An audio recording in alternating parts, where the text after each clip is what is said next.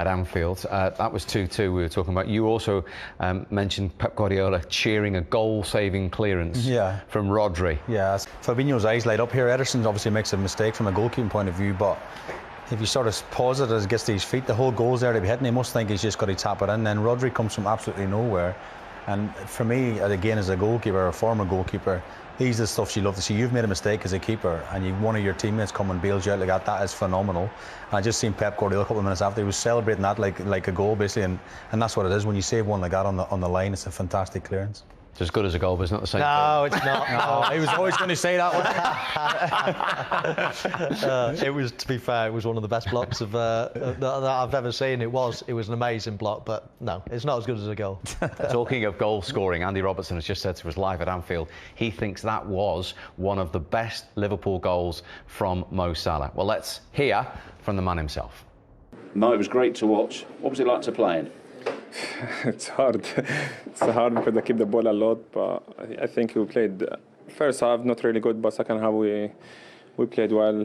I think they had a few chances, we had as well, but this is the result, so I have to accept it. You clearly, as you just said, weren't playing as well as you could do the first half. What was the problem? I don't know. I think they dominated the game from the beginning. We struggled first half, but at least when we struggled, it was 0-0. So second half, we talked in the dressing room after first half. Then I think we played good from the beginning of the second half. So yeah. The first goal, the ball through to Mane playing off of the shoulder. How much had you been trying to make that happen in the game? I think we train for that ball a lot in the training, and we try to do it in the game. Sometimes it happens, sometimes not, but at least it happened today. So yeah, that's the most important thing. Tell us about your goal. It was very special. I have to watch it to see. What do you remember of it then? Yeah, I do. I do remember a bit, but yeah, I think it would be more special if we win the game, but it is what it is. This is the result. So yeah, I think it's a good goal, and yeah, nothing much to say. When you look back at the game, do you think it's probably about right, a draw? Yeah, I have to be fair. Yeah, I think they create a lot of chances. They keep the ball a lot. So I wish I could say no, but it's fair to say yes. They had a lot of chances, and draws a good result for both.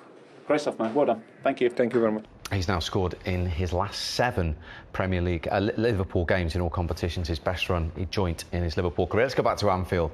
As Michael rightly said, John Barnes scored some terrific goals down the years. Andy Robertson just said he thinks that's one of the best in a Liverpool shirt by Mo Salah. Would you go along with that? I think so, and particularly in the game of this magnitude. But it's interesting, his comment that he can't remember it and he has to see it again, which I completely understand, because when you score a goal like that, you're really just reacting to people in front of you. You're not really thinking about what you're doing. So therefore, if you ask him what he did, I'm sure he would say, I'm not really sure, because you're reacting to people in front of you. You're just acting instinctively. You're not really thinking about it. And when you actually see the goal back, so when he sees it back, it's like having an out-of-body experience. He won't remember. Listen, Michael doesn't know that, because Michael has one touches in the back of the net 500 times, so he knows what he's doing. But when you actually score a goal by dribbling like that, you're really just reacting. You're really not thinking about what you're doing. So as much as people are going to say, he must know what he did, I completely empathise with what he said. Yeah, I mean, to talk with authority about that, you've really got to do it for England in the Maracanã against Brazil, haven't you? Or against Argentina. None of the other. No, but seriously, I say the same thing. I do not remember the goal against Argentina. I have to see it on television,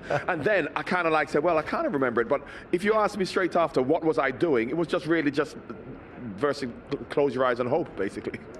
Strange that, because Michael never stops talking about that one against Argentina. He remembers every second. Michael's different. Michael's different. He's always composed in front of goal. John, just talking about wide players, obviously Mo Salah we've spoken about. What was your impression on the opposite side today? Phil Foden, I mean, he scores a goal, but I thought he put in a great performance. Well, no, it's interesting because Phil Foden's left-footed playing on the left. So he's going to be different to Mo. If Phil Foden played on the right, I think he'll score more goals, because he'll be coming on his favourite foot to obviously hit the ball with his left foot. Sadio Mane playing on the left comes in on his right foot for the goal. But, I mean, he gave James Milner a hard time. And it's understandable, because, of course, he's young, he's quick, he's tricky. James is a wholehearted player, but that's really not his position, and he gives it his all. Here you can see, I mean, I thought this was the man of the match for me, Bernardo Silva. I thought he was fantastic. Here I thought he was going to take it earlier, rather than having a touch, but he was dangerous all night. Interestingly, he worked so hard defensively as well. Here, it's a little bit fortunate because was it outside the box when he first got it? It could have been a free kick, but he gave problems all day to James, which is understandable. I think that since Pep Guardiola's come, I think he's improved in his decision making. He's keeping Sterling out the side, but he was just a fabulous player, and of course, you know, his future is so bright, so bright. But I love him, Phil Foden. I think he's great. And just in terms of the result today, John, you say a draw is a fair result. Is it important sometimes, particularly at home, when you're against your rivals, not to lose it, even psychologically at this stage of the season? I don't think so, because No? I think it's better to beat everybody else. Because like, you can't say, you know, regardless of whether Liverpool had won or Man City had won, if you're going to lose to the other teams, then it's no good. Because I think Liverpool in the past probably had, not so much last year or the year before, but in previous years had a fairly decent record against the opposition, but they weren't consistent beating the teams they should have beaten. So yes, from a psychological point of view, you don't want to beat your rivals around you, but you really want to just be consistent in all the games. So I don't buy into the fact that you have to beat your nearest rivals. You really have to beat everybody else. Liverpool are the only unbeaten team left in the Premier League after 7 games. Long may it continue. But of course, if you look at the quality of the teams now, I doubt that's gonna last, because this has probably been the closest Premier League season, I would say, for the last 4 or 5 years. John, thank you very much indeed. Where are you on the fine margins in terms of the rivals when they go head to head? Yeah, well, I totally agree with John. I mean, you can't go beating all the best teams and then slip up against the worst ones. It's pointless, isn't it? So, and I think this Premier League season in particular, you're not going to be able to slip up at all. It's so competitive. I know a lot of people have said it, but it's more competitive than it's been for a long time. We've had Liverpool and Manchester City going head to head for some years now, but you have to throw Chelsea in the mix now. Manchester United, with the quality of players they've got, they have to be spoken in terms of the title as well. So we've got 4 real outstanding teams at the moment. But of course, when you play against your big rivals, you know, it's a psychological advantage if you beat them or if you don't lose. And of course, you don't want to lose, because they're gonna gain ground on you.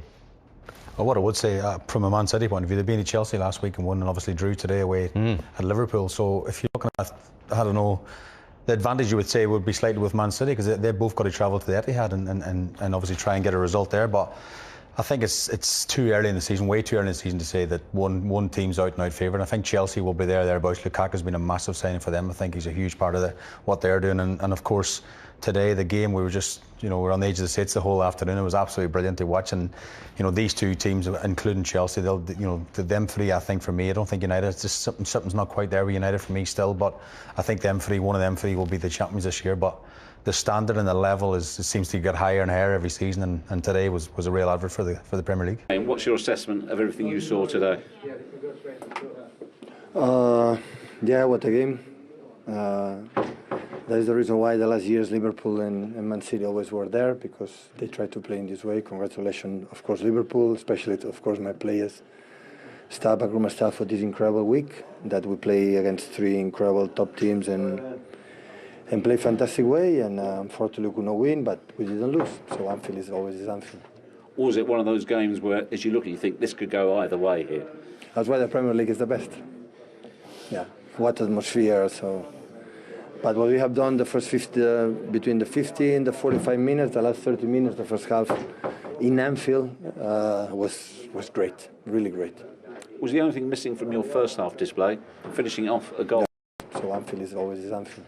Or was it one of those games where, as you look, you think this could go either way here? That's why the Premier League is the best. Yeah, what atmosphere. So. But what we have done the first between the 50 and the 45 minutes, the last 30 minutes, the first half in Anfield was great, really great. Was the only thing missing from your first half display finishing off a goal from the chances you had? Like in Paris and even in Stamford Bridge, that we should have win for bigger margin, but in the same time, so what could I say? So we played 3 games, last 3 really well. So, and yeah, we're there. Also, you came back twice. Yeah. Talk about the quality of Phil Foden's goal. Yeah, Phil is a special player, we know it. He came back from the national team injured, and unfortunately he's going back. So yeah, he's a fantastic player, you know that. But not just him, Bernardo, Rodri, Gabriel, and everyone were fantastic too. You're all smiles now, but it's fair to say you were very unhappy with the referee's decision not to give James Milner a second card. His yellow card. Is there anything more you can say in that situation, or do you have to quickly just accept it and it's move on? But it's almost impossible because of the emotion. It's yellow card, so too much clear. So, but it's Anfield, it's Old Trafford. So in this situation, City now player is sent off, 100%. So understand, but even with that, with 1-2 over this situation, 1-2, how it becomes 0-1, 1-1, 1-2, 2-2. It's too much clear. So there are interpretations sometimes, but it was second yellow card. Looking back at the game, do you think overall a draw is probably a fair result for both teams? It's what it is. So result is result. We cannot change it. That it is not the problem. I know how difficult it is the stadium. So, and these players and this manager. So I'm a big fan, admirer from Jurgen, and every time is an incredible challenge for us. And but especially the way we played in Stamford Bridge, the way we played in Paris, and today again 3 games show we are a great team. And normally, the way one team is a great team for the way they lose games. And when we lose in the way we play in Paris and today, okay, we didn't lose, but we draw is good. So just continue. Hopefully, I pray for that. The players can come back for the national teams safe. And because it's impossible, being in Anfield that Salah, Mane, Firmino, Jota don't create chances. So it's impossible. The last game they score 3 or 4 goals a game.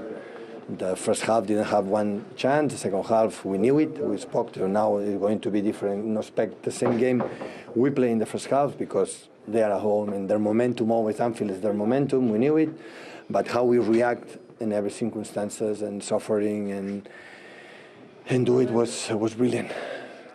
An exhausting week for Manchester City and Pep Guardiola. Exhausting second half just to watch that. Big incident, he's talking about it there, James Milner.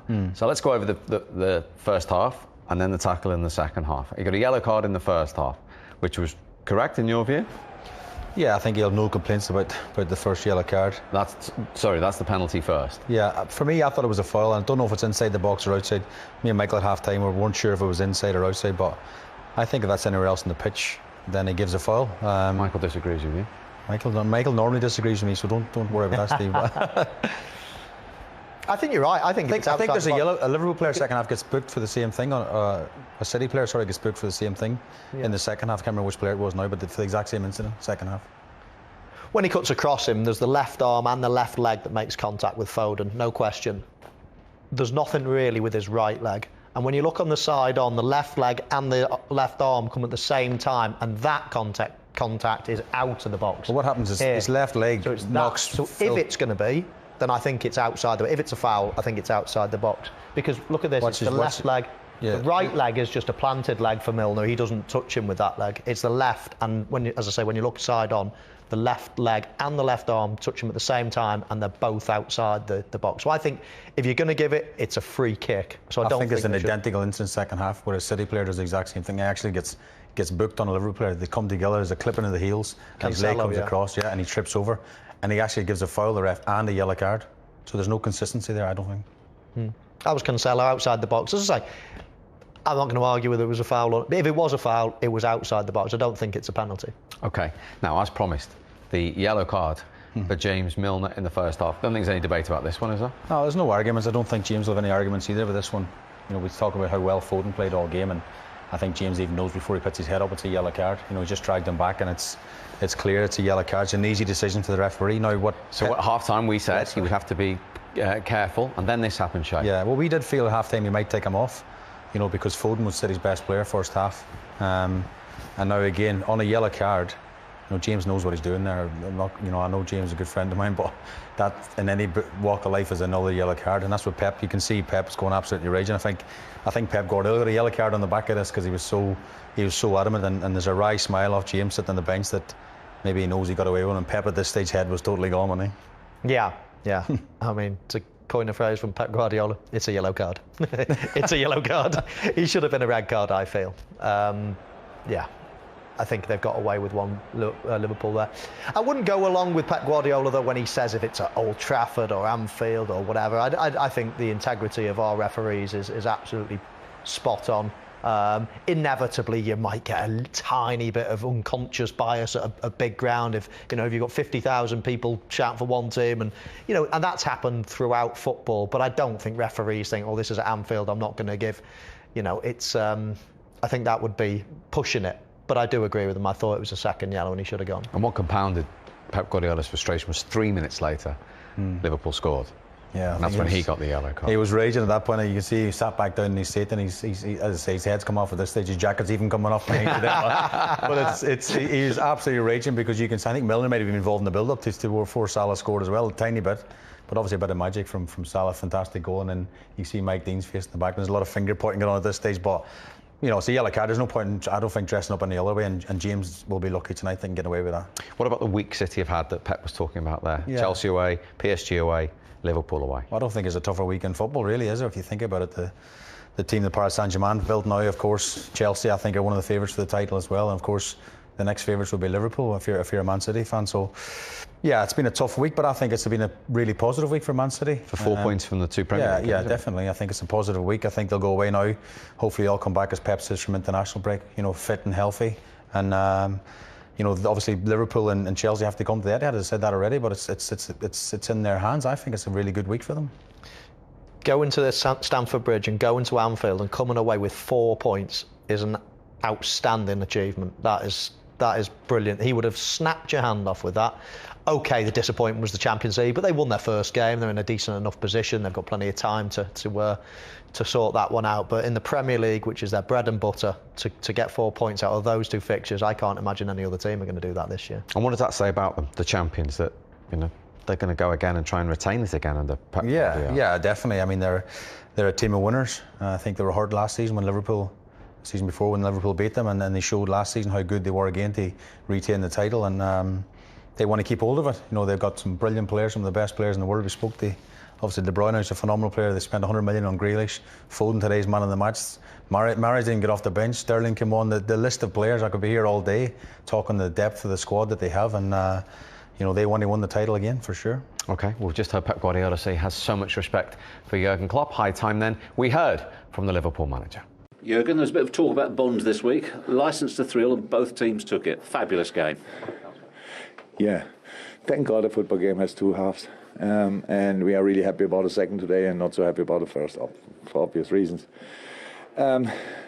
We did a lot of things wrong in the first half. City did a lot of things right. That the result we could see in the first half. So we never got really in the game. We never won the challenge in the right moments. We never, and it's much more or much worse, we never played enough football. So I was really happy, probably most happy in my career about the halftime whistle, because I knew, because it's just tricky to get in contact with the players to change things. It was obviously never planned that we play like this. So we needed halftime, we used halftime, and we played a really good second half. So if you only watch the second half, I imagine somebody missed the first half and arrives and think, oh my God, Liverpool is really good. If somebody had to leave after the first half, I think, oh my God, Liverpool, who is that? So makes sense, you watch both halves and then it's fine. There would have been only the second half, I would have loved to win the game. But together with the first half, I'm fine with the point. I think we could see you obviously weren't right in the first half. Was it a combination of things? Was it a lacking in energy, or was it? So first of all, is what you have to say. You play Man City, and Man City with the ball is a proper team. So, but there are obviously, how we saw in the second half, ways to defend it. What you have to do, you have to close down the decisive spaces. For that, you have to step out in specific moments. So what does City want to do? They want to play through the centre. First idea. But if centre's closed, they leave the two wingers high and wide, pass the ball there. If it's a big switch or just a pass, one situation's go in the box, whatever, these kind of things. We never close. I'm not sure I saw a lot of games where City could pass the balls that easy through the half spaces. So between our winger and 8, it was constantly poof. So what's the reason for that? We were in the last line too passive. We called the midfield line back. So neither Hendo nor Curtis could really step out when needed, when necessary. So we were just passive. They passed the ball through us, they turned, and from there we go. They had chances, clear, but they didn't score from that. But what it gives you is a really bad feeling. This bad feeling leads to not playing football, what we didn't do as well. So then we had these long balls which make absolutely no sense. One or two of them maybe made sense. All the rest, well, not really. I didn't see the reason for it. And obviously all these things we changed in the second half immediately. You could see we set it up, we were higher, we were more aggressive in this situation because we felt closer, we felt more compact, so they couldn't play anymore like they wanted. So we were now in the game, we scored wonderful goals with the ball. The message for the football was play the extra pass. We didn't do that in the first half at all. I'm really happy. But the second half, I'm really happy. It's a strong opponent. Do we want to win a game like this? Yes. But we have to admit today, because the game has two halves, the point is completely fine. You touched on it there, the quality of the two goals you scored. Oh, both pretty good. I think the biggest chance, unfortunately, we didn't use. I have to see it back, but I have no idea how the Haider blocked the ball. Who blocked the ball? Rodri blocked the ball. Yeah. That was a clear. For me, the ball was in, but it's all fine. Passion must be rewarded. Yeah, goal number one, top passing, top moving, top finishing. Goal number two, individual quality, which you only see when you're really lucky and blessed and in the right time, in the right space, in the right place. I think if Lionel Messi scores that goal or Cristiano Ronaldo, then the whole world says yes, because they are world class. Mo Salah scores that goal because he's world class. He's one of the best players in the world. That's how it is. The thing is, it's not the first time that he scored pretty much exactly that goal. Tottenham, have a look back, years ago, similar goal. The finishing slightly different, the dribbling the same. Napoli, similar goal. Finishing different, dribbling the same. So, yeah, good goals. Unfortunately, their City's second goal was deflected. I would love to see. I think Ali was there. So, and I would have loved to win. But I think it's a bit cheeky to ask for 3 points today. I'll be 100% honest, because I can't forget the first half as well. Were you a little bit fortunate to keep James Milner on the pitch? I don't know, but I don't know. But was the one situation when Pep got a little bit outraged over that? Yes. I didn't see that. I saw obviously Pep's reaction, but I didn't know exactly why he did that.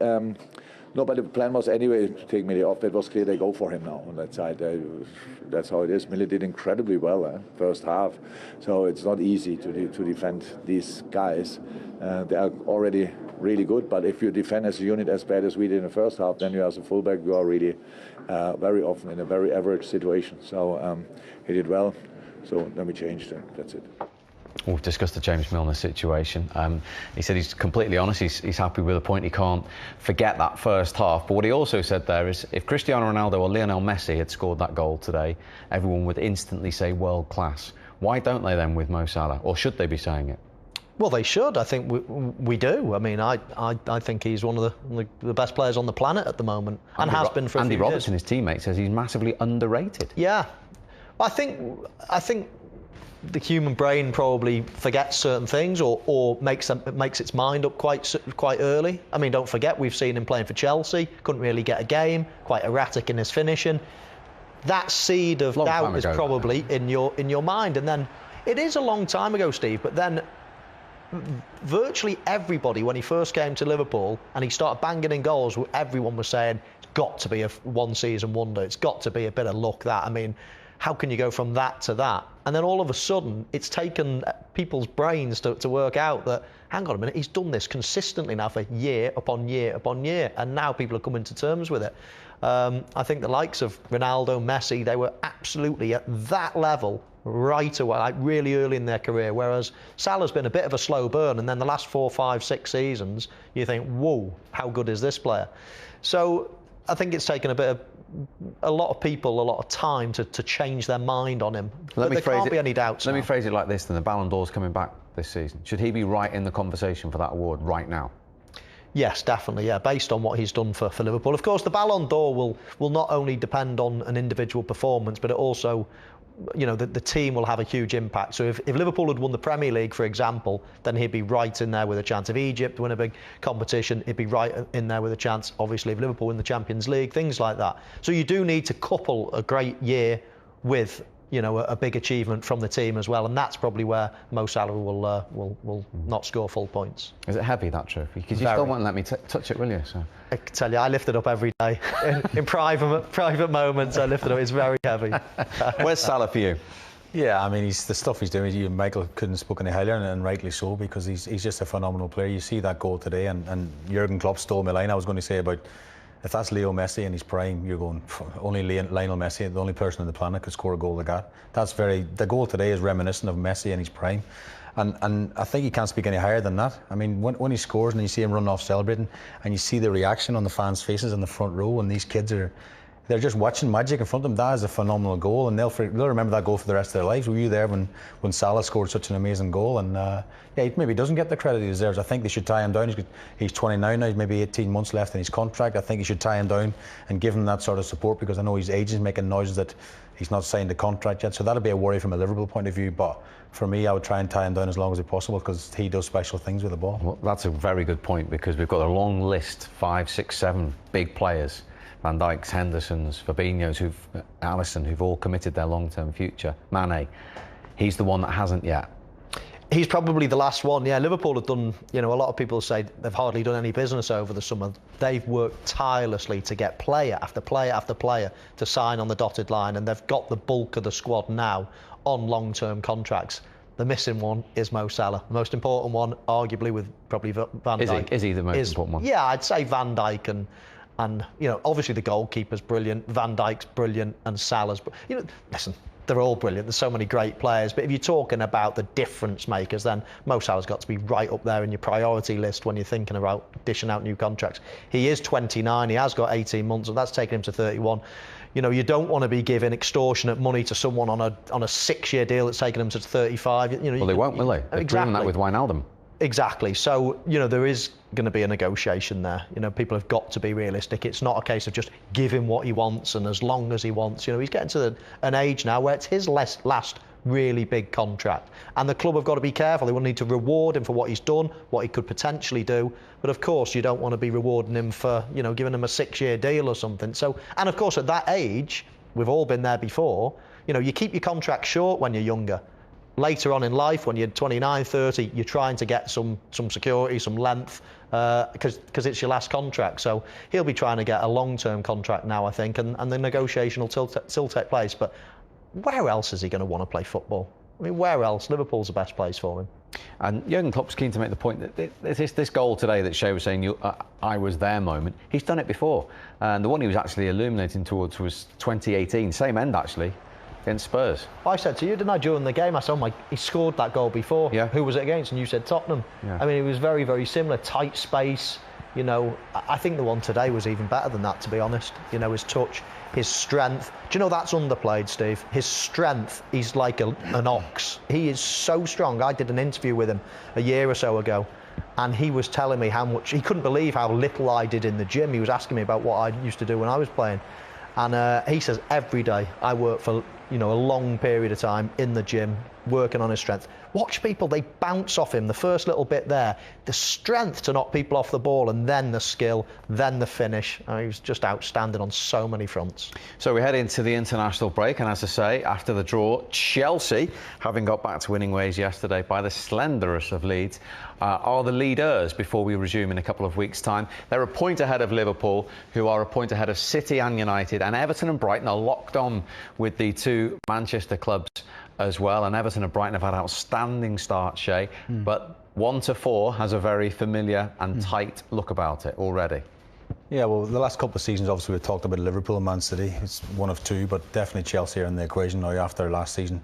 Of course, one in the Champions League final, I was at the thing thinking that City were going to go there to win, but Chelsea and Thomas Tuchel come in. He's had a brilliant sort of start to his career at Chelsea, and they look a real team now. And of course, I think that, again, I mentioned the Lukaku signing in the summer. That was their missing link, I think, last season. He's come in and they look a different team with him. So for me, I can't see anyone else at the top 3 winning the league this year. Again, Liverpool, Van Dijk's back is like a new signing. Michael mentions his contracts, the new players. Van Dijk's absolutely brilliant to get him back on the pitch again. But City, yeah, I think City will be strong again this season. It's hard to pick, Steve. To be sitting here, we're sort of guessing, but I think one of the top 3 for sure. Familiar look about it though, that top 4. It is.